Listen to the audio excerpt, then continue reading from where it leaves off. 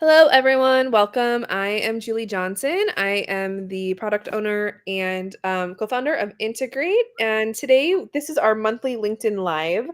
And it's when we have someone in our community come in and we talk through different subjects that we are facing in trauma-informed leadership, in spaces where we're navigate making decisions with from a trauma-informed lens. So today we have Sarah O'Brien, who's a clinical social worker and mental health content writer.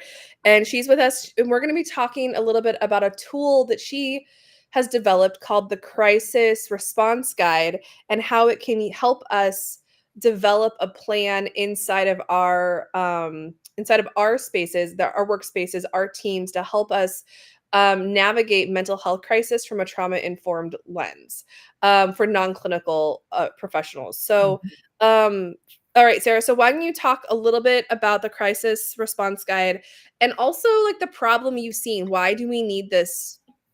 And like kind of what brought you to this resource that you've developed?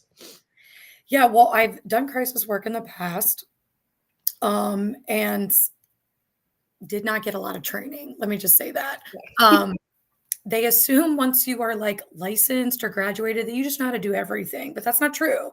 You have to like be kind of trained on these things, understand what you're doing.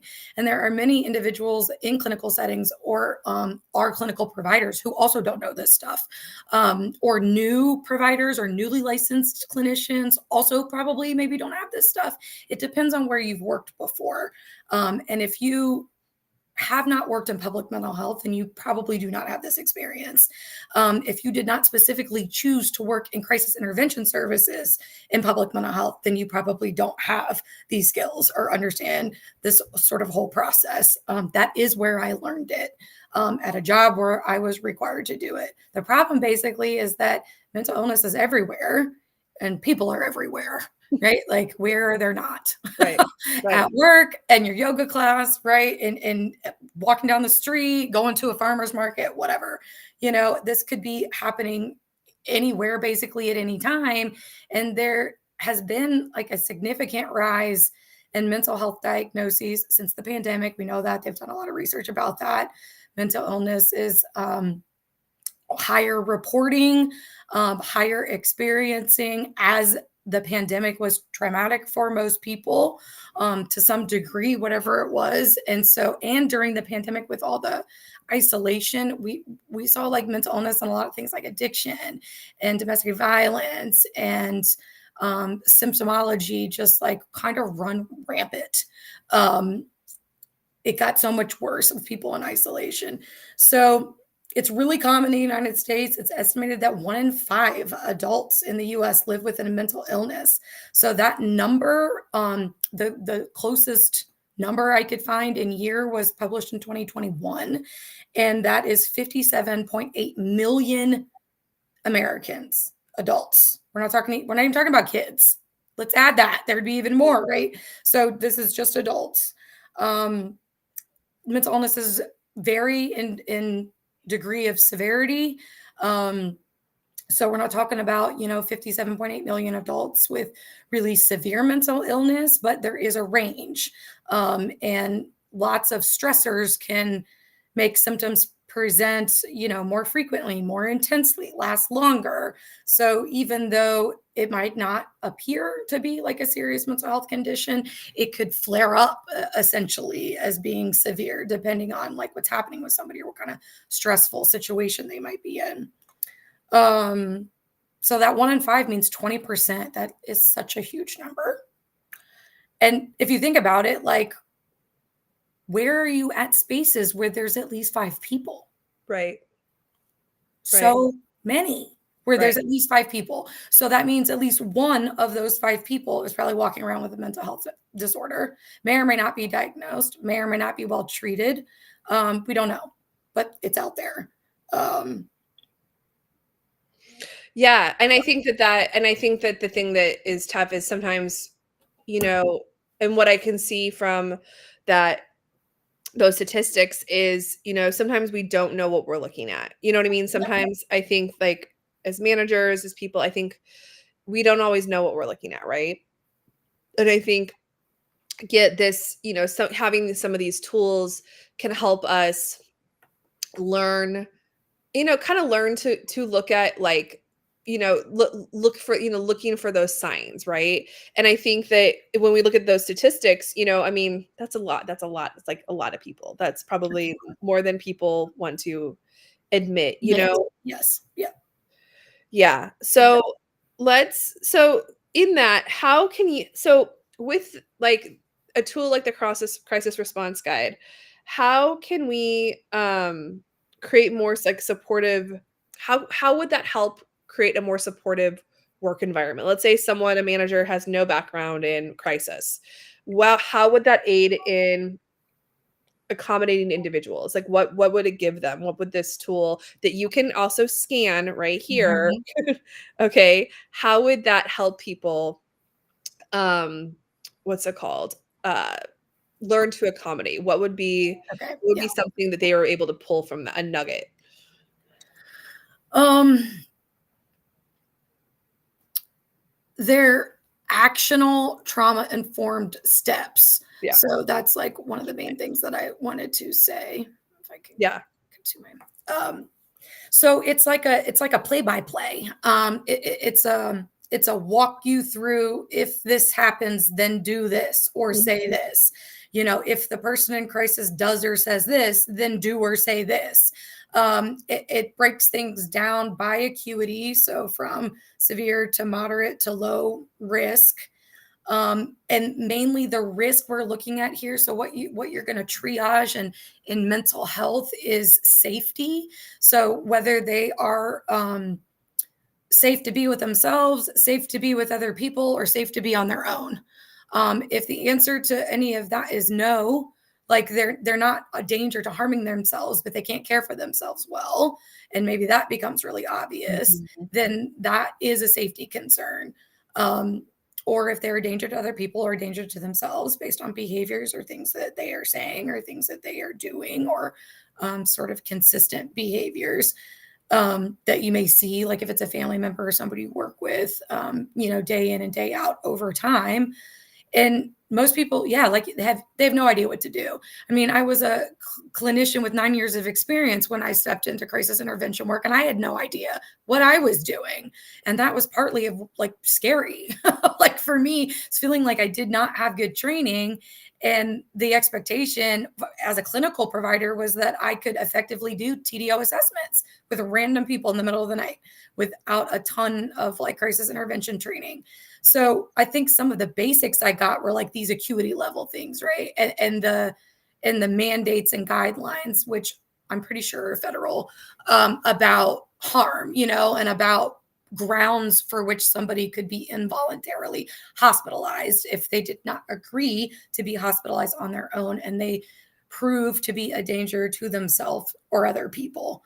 And most people, I think, probably believe they will not come in contact with this, right? Like, unless you're a crisis intervention provider, nobody is thinking that I would ever run into this.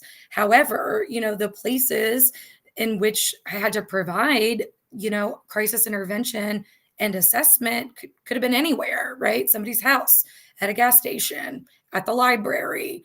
One time we had somebody laying in the middle of the road. Like, you never know where it's going to pop up. It does not happen in a specific location or in the presence of a clinical provider. In fact, more times than not, it is not going to be present there. It's going to be at some other time.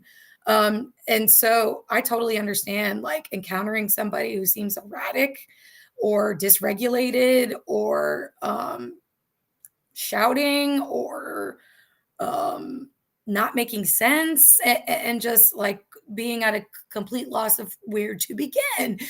How do you even begin saying, hello, how are you, to somebody who is just like all in word salad and nothing they say makes sense? It's like, how do you even approach that situation? Um, I don't think anybody would know how to do this unless it was really, really, really intuitive or you were taught. Like, and that's Right. it. So this guide is a step by step, a play by play, so that you don't have to be clinical and get all the clinical backing and or trial and error if you were ever a crisis intervention provider. And it's not providing clinical intervention. So let me be clear about that. It is triaging, right? It is glancing at basically a situation, a person, and saying, ooh, they're going to need more help than I can give. In the same way that we look at like emergency aid or EMT services or CPR, it's like you don't know what you're doing. You're not the medical professional, but maybe you know enough to keep the person safe until a medical professional arrives to take over and do the medical caring part. You're basically trying to like hold the line, like kind of keep it from going in any direction. Like we just kind of want to stay here and stay engaged with this person and keep them present with you until more help can arrive. Essentially like what you're doing in CPR. You don't want them to pass out. You want them to be breathing or whatever. Like you want to try to get them going so that by the time help gets there, that they're still there, right? Like that they're still there. They're still breathing. They haven't totally lost it or engaged in some sort of harmful behavior towards you or somebody else. Well, yeah, and I think you hit the point on the head. It's harm reduction, right? Mhm. That's what we're doing here. I think anytime my background is in peer support and peer support coaching in recovery. So a lot of our stuff in that is always harm reduction. What are steps we can do to decrease the amount of harm, right? So this seems like this is like the first step Mhm. we do to help to begin to implement that harm reduction process, right? Which is like a whole field on its own. It's harm That's right. reduction. Yep. And so, so I think that that's one of the coolest pieces about it.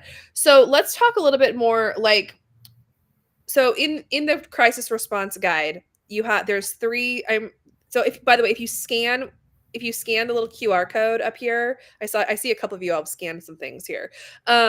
You can scan this and you can get a sneak peek of it. And then Sarah, it's on your website, correct? The Yeah, it is. It doesn't have the sneak peek, but I have a couple of like informational things that sort of walk you through what's on there.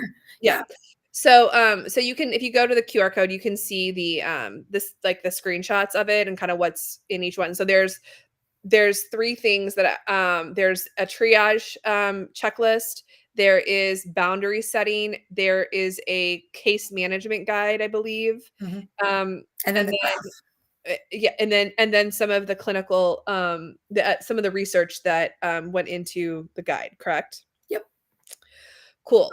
Okay. So what other strategies? So in the boundaries, can you before between those parts of Mhm. The what guide. can you talk a little bit more? You went through triage. Talk a little bit more the boundaries and case management part of the guide. Okay.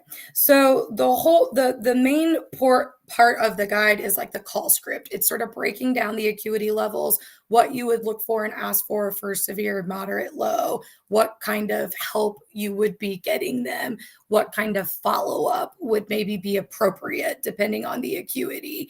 And that's the main portion. And then some accompanying documents are for mostly for any person that is helping. So there's a shorthand acuity graph that's color coded. And my idea with that is like literally it could be like laminated and posted in the hallways at wherever you are, whatever workplace. And that means anybody could quickly scan the acuity levels, know some basics of what to do if they didn't have the whole call script in front of them.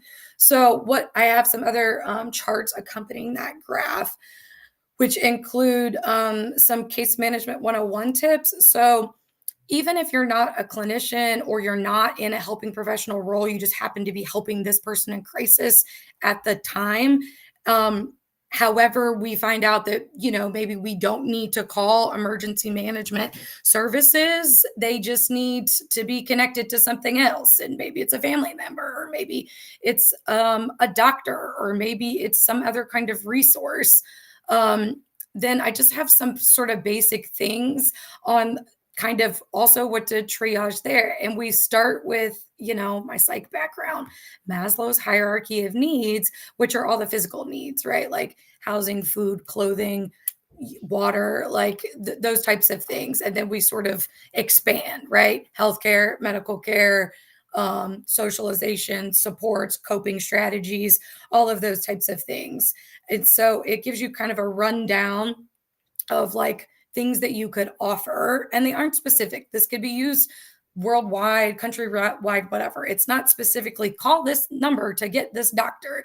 It's guidelines for how you could connect them with primary care if they needed it, with psychiatry if they needed it, how you could offer some referrals, how you could help them look up to find resources if they need, I don't know, a food pantry or a support group meeting or something like that. And this is basically if you have like sort of a little bit more long-standing interaction with the person and you just have no idea what to do. So they're maybe like a little bit less dysregulated, but they still don't know what to do. And so they're still out of sorts because they don't know what to do. They don't know where to go. Maybe there's something they need, they don't know how to access it. Or maybe they don't have a lot of supports. My experience in public mental health is like a lot of times those individuals don't have families and supportive communities. And so they don't have, mom, dad, sister, best friend. Even sometimes they can call up and say, hey, what do I do if this happens? Or what do I do if that happens? How do I find these things?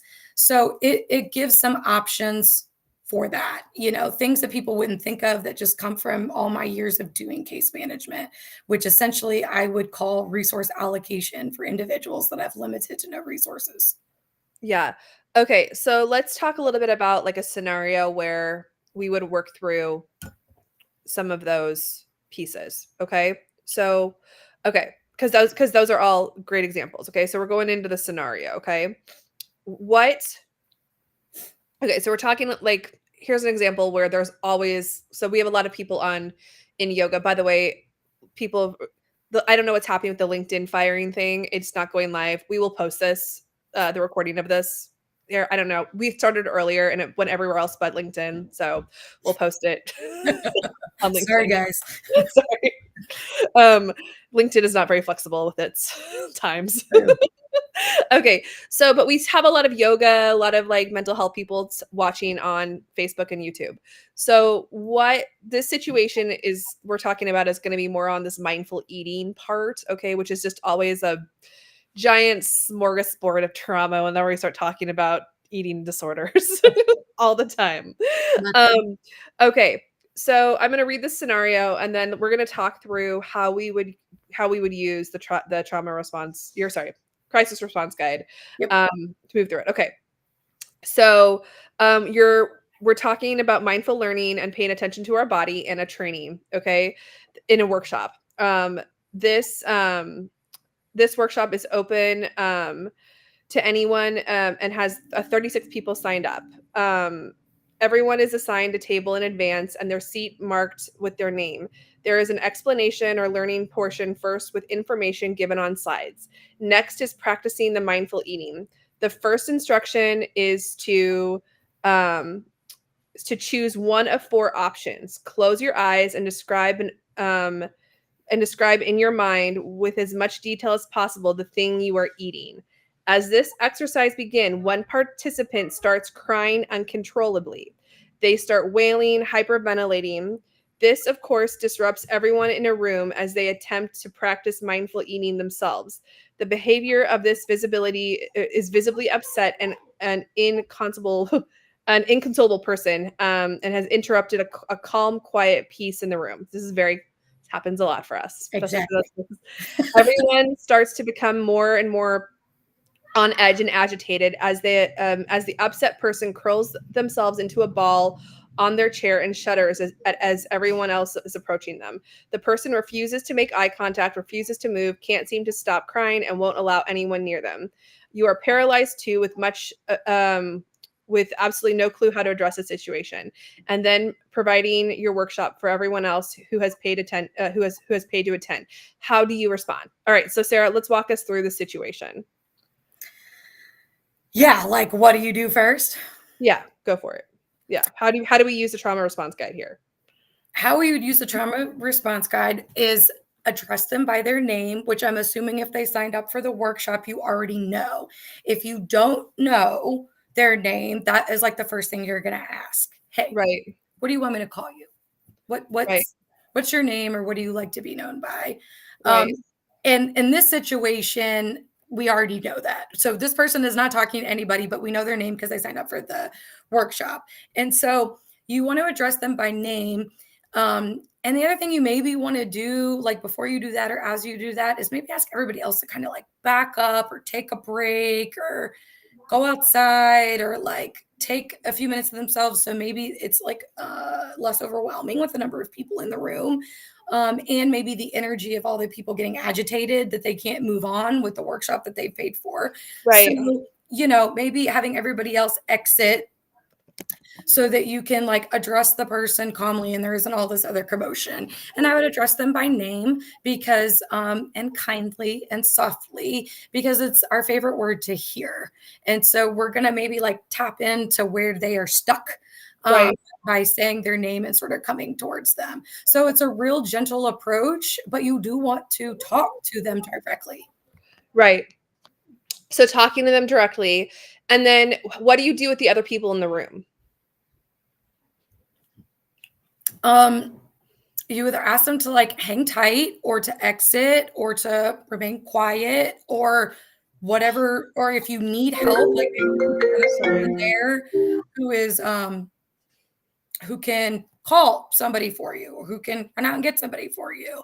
Otherwise you just explain to them, hey, there's something going on with this person. I'm going to try to figure out what it is. Could everybody else just like back up, hold tight, take a break, make a phone call, get a drink of water while we try to help this person get back to now, Right. kind of uncurl and unfurl from their ball of mess on their chair and see if we can't like penetrate. So it's maybe saying like it appears to be that there is somebody experiencing a crisis of some kind. I'm going to try to figure out what that is. In the meantime, I need you guys to hang tight. Hey, really quickly, people are asking how to. So the resource guide is for sale, just so everyone knows. What we have for links up here is just screenshots of it. Sarah does sell it on her website. So Sarah, can you just put a quick link because I think people want to look for it, or do you have a link directly to it, like where people can purchase it? Yeah. How do I write in the So chat? so if you just if so we'll put a link in the chat and on Facebook and all that stuff, okay, where you can purchase it. The link up here gives a little bit of a sneak peek, some screenshots of it. The actual guide has to be how much is the guide, Sarah? $550. Okay. Okay. So Let's see. and does that come in a bulk? Yes, you get all the things that all the sheets, all the extras, all the stuff. There's actually here, I'm going to put this in here. This is the genially that I made that's sort of breaking it down. I'm putting this in the private chat to you, and you can put that out, and then Okay. I can go to. Yeah, so this is for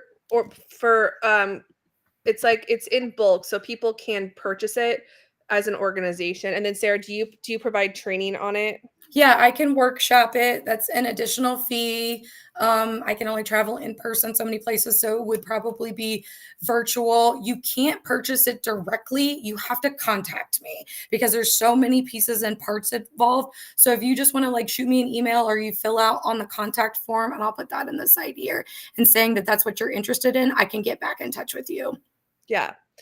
Yeah. So I think so anyway, so what we have for you is a preview. Sarah has a preview, I have a preview on what is offered, and then it is like it's a bulk training. So you know it's not because again, I think it's important to understand here crisis intervention does require some clinic being trained by a clinician, okay?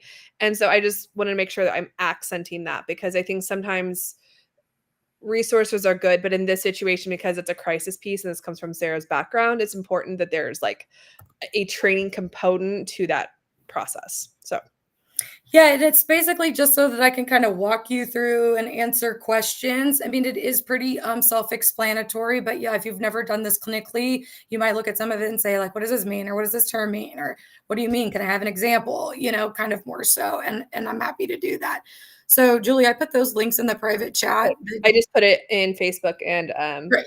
So YouTube. that genially thing that I made just kind of gives you some info, and then the contact form on my website has a little checkbox that you can click that say I'm interested in the crisis response guide, and if you do that, then I can get back in touch with you. And I think that's important because I've been through a ton of crisis training, like tons of crisis training, in more ways than one. And I think that's important because I think that what makes this important is that many times it's just and my background's also instructional design and training. So training, it's like a one and done. Okay, we'll do it every year. Okay, one and done. But there isn't a lot of like I know when I'm in crisis, I'm like, well, what did I do last? Exactly. Why? What were the steps? Right.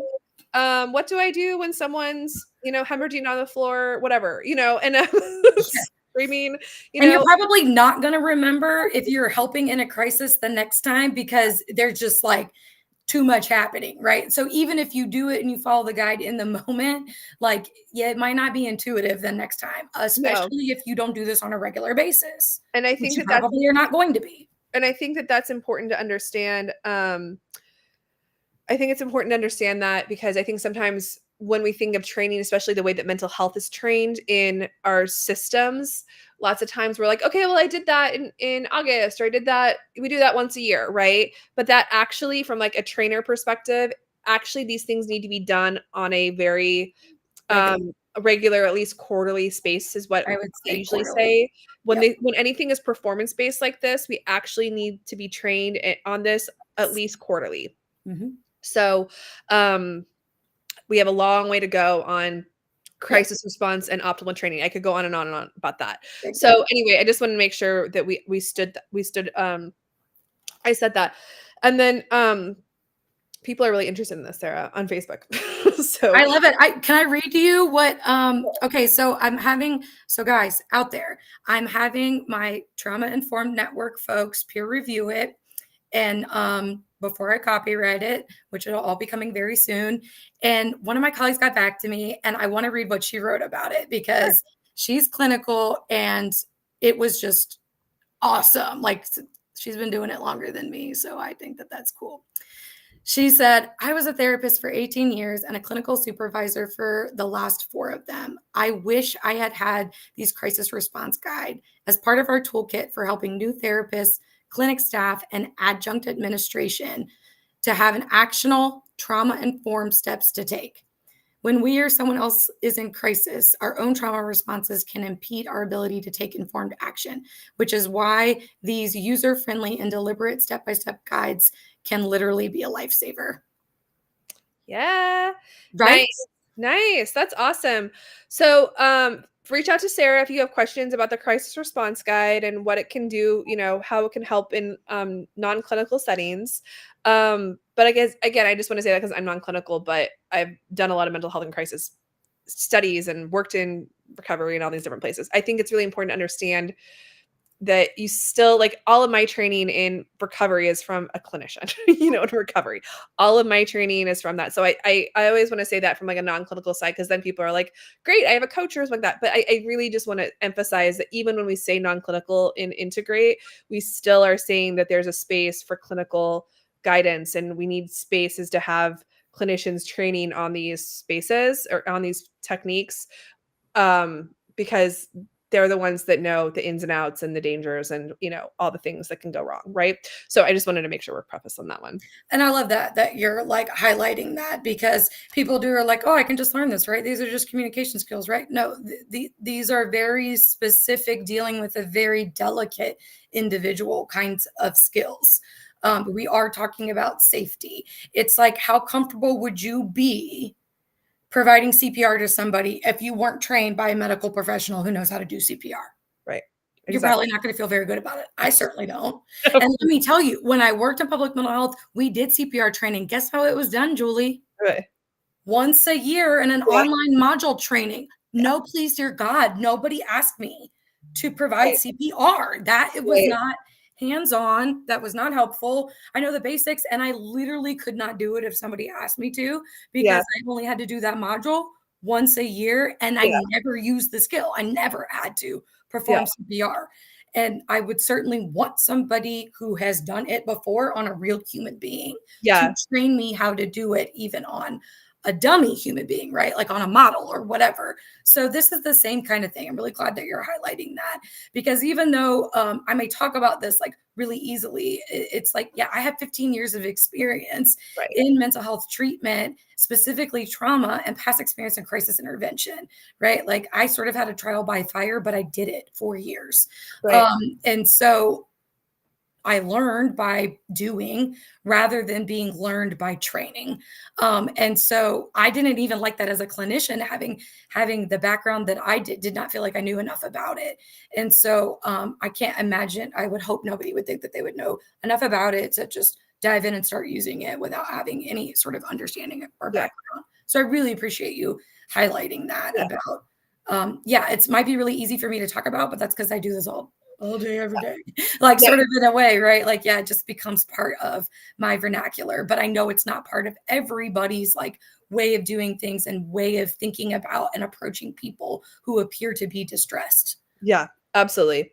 Absolutely. Well, feel free to reach out to Sarah. We will get this on LinkedIn. I'm gonna put the YouTube up later on. We're gonna put some clips of this over the next couple of days. So you guys will have plenty of options to see it in your feed over the next week. So week or so. So And let me just also say, if anybody just like wants to chat with me a little bit about it, feel free to like schedule a 15-minute chat in my Calendly, and I can answer some questions for you if you have it about the guide or how it could be used in your organization before you commit. So I'm happy just to do a little quick intro chat and answer some questions before you make the commitment to purchase if you want to know if it would be really helpful for you. awesome. Thanks so much, Sarah. I appreciate it. Yep, thanks.